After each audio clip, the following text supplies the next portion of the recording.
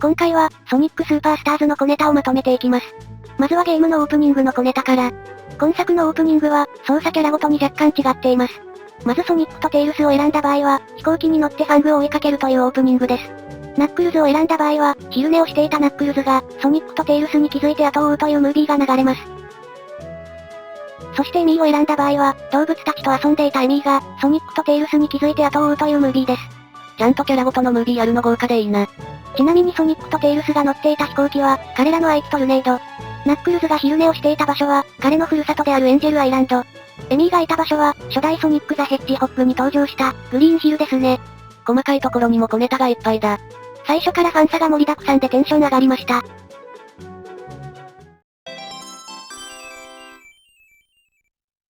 続いては、ゾーン1ブリッジアイランドの小ネタです。ブリッジアイランドのアクト1では、巨大な魚型ロボットに追いかけられるパートがあります。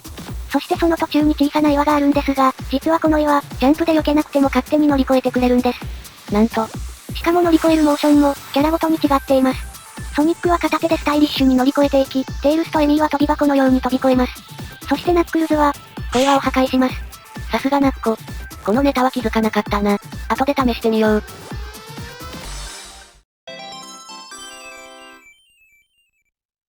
ゾーン4、ピンボールカーニバルのアクト2。このステージには、あるゲストキャラが隠れています。ステージの中盤で、ピンボール台の上にある列車に乗ると、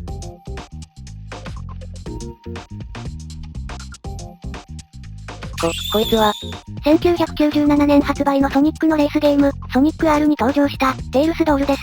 テイルスドールはエッグマンが作ったぬいぐるみ型のロボットで、ソニックを油断させるためにテイルスに似せて作ったそうです。ただエッグマンも半ば焼けになって作ったようで、その作りはあまりに雑。公式サイトの説明文でも、苦肉の策呼ばわりされる始末だぜ。でもぬいぐるみなだけあって軽いから、レースではかなりのスピードを出してくれるんだよな。速いし小回りも効くので、めちゃくちゃ使いやすいキャラクターでしたね。またテイルスドールといえば、このどことなく不気味な見た目も印象的です。まず公式画像が怖いんだよな。ネットで調べるとテイルスドールのホラー画像もたくさん出てくるぜ。ちなみにテイルスドールはソニック R 以降出番がなかったので、今回ゲストキャラで登場したのは地味に快挙だったりします。また攻撃するとメダルをくれるので、見つけたら即倒しましょう。相変わらず扱いが雑。ちなみにもう一体、ゾーン11のエッグフォートレスにもゲストキャラが登場します。ステージ序盤のこのエリアで、窓の外を見てみると、ジエンド。ソニックフロンティアのラスボス、ジエンドが浮かんでいます。星の破壊者が何平然と浮かんでんだ。このジエンドに関しては特にギミックはないので、本当にただのゲスト出演のようですね。ジエンドに見られてると思うとなんか落ち着かないぜ。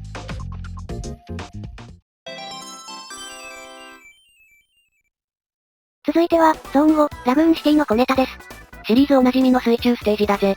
非常にスピード感がありますし、新ギミックもあって楽しいステージです。このステージに隠されてる小ネタは、BGM。この部分のメロディーを聞いてみてください。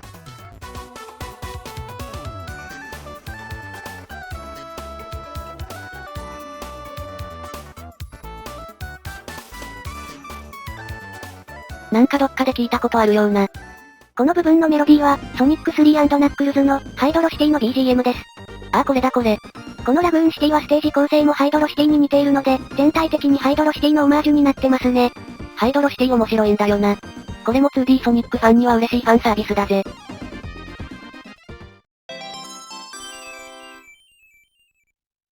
続いての小ネタは、ゾーン7、プレスファクトリーアクト2のボス戦。ここのボスは巨大なハンマーを装備しており、これに潰されると即死になります。ハンマーの衝撃で勝手に飛び上がっちゃったりもするから、かなり苦労したボス戦だぜ。やばい、橋に追い詰められた。なに実はこのボス、足の間を通り抜けられるんです。マジかよ。昔は足にもしっかり当たり判定あったのに。いざという時に役立つテクニックなので、橋に追い詰められた際にはぜひお試しあれ。ちなみにゾーン1、ブリッジアイランドアクト2のボス戦でも、足の間を通れます。まあこちらは追い詰められたりしないと思いますが、気が向いたら遊んでみてください。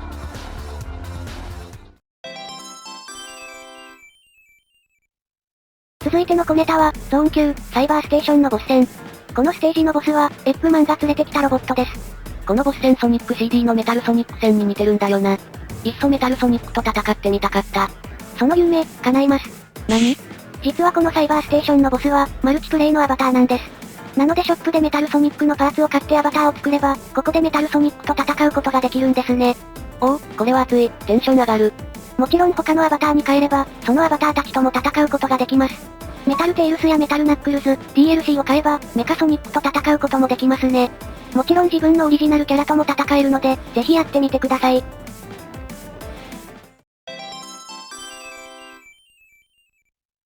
続いては、ゾーン10、フローズンベースの小ネタになります。フローズンベースアクト1のラストで、ソニックたちはエッグマンがよく乗ってるエッグモービルに乗り込むんですが、実は操作キャラによって、このエッグモービルのデザインが変わるんです。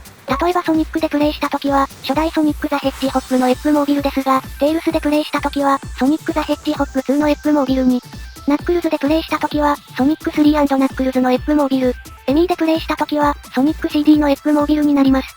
ちゃんとそれぞれのキャラにゆかりがある作品になってるんだな。これ気づけたら楽しい。気づいた時はめちゃくちゃテンション上がりましたね。ソニックの小ネタ探しは本当に楽しい。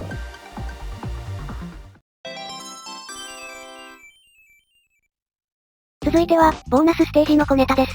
今作では、リングを50枚以上持った状態でチェックポイントを通過すると、ボーナスステージに入れます。ボーナスステージでは回転するステージをうまく進んでメダルゲットを目指すんですが、実はこのボーナスステージには、パーフェクトクリアというものがあります。ステージ中のリングをすべて集めた上でゴールすると、パーフェクトクリアという扱いになるんですね。そしてこのパーフェクトクリアを達成すると、とあるご褒美があります。メタルナイツ、だと？ボーナスステージをパーフェクトクリアすると、なんとメタルナイツのパーツがもらえるんです。完成させるとこんな感じになりますね。ちなみにナイツというのは、1996年にセガが発売した、ナイツインプドリームズというゲームのキャラクターです。夢の世界の住人で、紫の体と2本の角のような部位が特徴ですね。またこのナイツはソニックの制作陣が作ったゲームでもあるので、これまでもよくソニックとコラボしていました。今回はメタルナイツとして登場してくれましたね。このメタルナイツはマルチプレイに使えるのはもちろん、さっきのサイバーステーションで戦うこともできるので、ぜひ作ってみてください。ちなみにメタルナイツのパーツを出すには、どこか一つのボーナスステージでパーフェクトクリアを達成すればいいので、割と簡単に挑戦できますよ。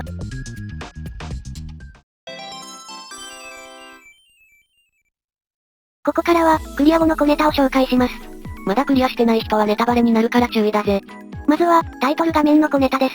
今作のタイトル画面では、4人の操作キャラが総出でプレイヤーを出迎えてくれます。このタイトル画面マジ可愛い。そんなタイトル画面ですが、クリア後に再び訪れると、ある変化が生じます。少し眺めてみましょう。あ、トリップだ。クリア後のタイトル画面では、今作の5人目の操作キャラ、トリップ・ザ・サンレイザーも登場するようになるんです。ただトリップは恥ずかしがり屋という設定なので、出てきてもすぐ引っ込んでしまいます。ちゃんとトリップの性格に合わせた演出になってるんだな。トリップも登場してより可愛くなったぜ。タイトル画面をよく見ることはあまりないかと思いますが、たまにはのんびり眺めて癒されてみるのもいいんじゃないでしょうか。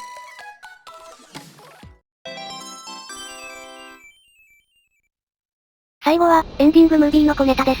一番最初に、今作のオープニングはキャラごとに違うという小ネタを紹介しましたが、実はエンディングのムービーもキャラごとに違うんです。4人のエンディングムービーを見比べてみましょう。